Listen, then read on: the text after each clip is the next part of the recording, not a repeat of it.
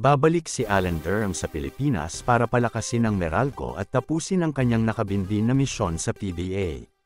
Ang Amerikanong import ay magkakaroon muli ng pagkakataong magsuot ng uniforme ng Bolts, na pagkatapos magwagi sa nakaraang Philippine Cup ay nakatuon ding makuha ang korona sa Governors Cup na magsisimula sa susunod na buwan.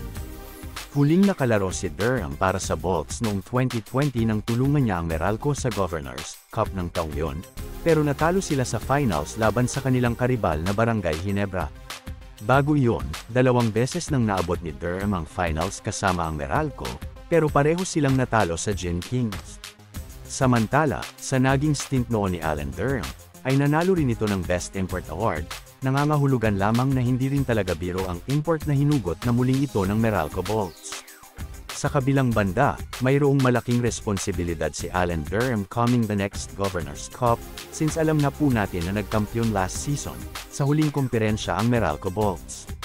Kaya naman bitbit din ni Alan Durham ang challenge na ito, kung kaya niya ba na mapantili ang Bolts sa tuktok ng kompetisyon ngayon sa PBA.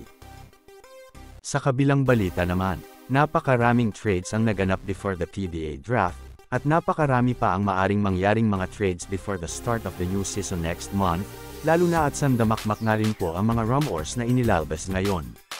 Samantala, pag-usapan muna natin ang isa sa mga rumors ngayon na lumalabas. Well, nakailang trades na ang Ginebra, at may mga trade rumors na rin ang Magnolia. At this time, mukhang ang San Miguel, makikisali na rin sa trade party. Ayon sa mga rumors, maaaring pumasok sa isang trade deal ang San Miguel that will involve William Navarro to San Miguel Beermen, for Terence Romeo, Jeren Teng, and Jericho Cruz. Bagamat maaaring maiba pa yan, depende sa magiging pag-uusap ng dalawang koponan. Samantala, kung sakali na matuloy ang trade na ito, palagay nyo fair trade nga ba yan?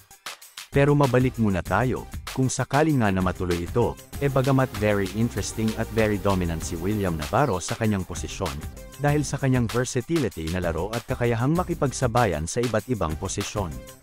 Kilala rin siya sa kanyang solidong depensa at malawak na abilidad sa opensa, kaya't makakatulong siya sa pag-enhance ng laro ng Beermen sa bawat aspeto. Bukod dito, ang kanyang bilis at agresibong estilo ng paglalaro ay tiyak na magiging asset sa fast breaks at transition plays ng team. Dagdag pa dyan, si Navarro ay may malawak na rin namang karanasan sa PBA, kaya't sigurado na mabilis siyang makaka-adjust sa sistema ng San Miguel.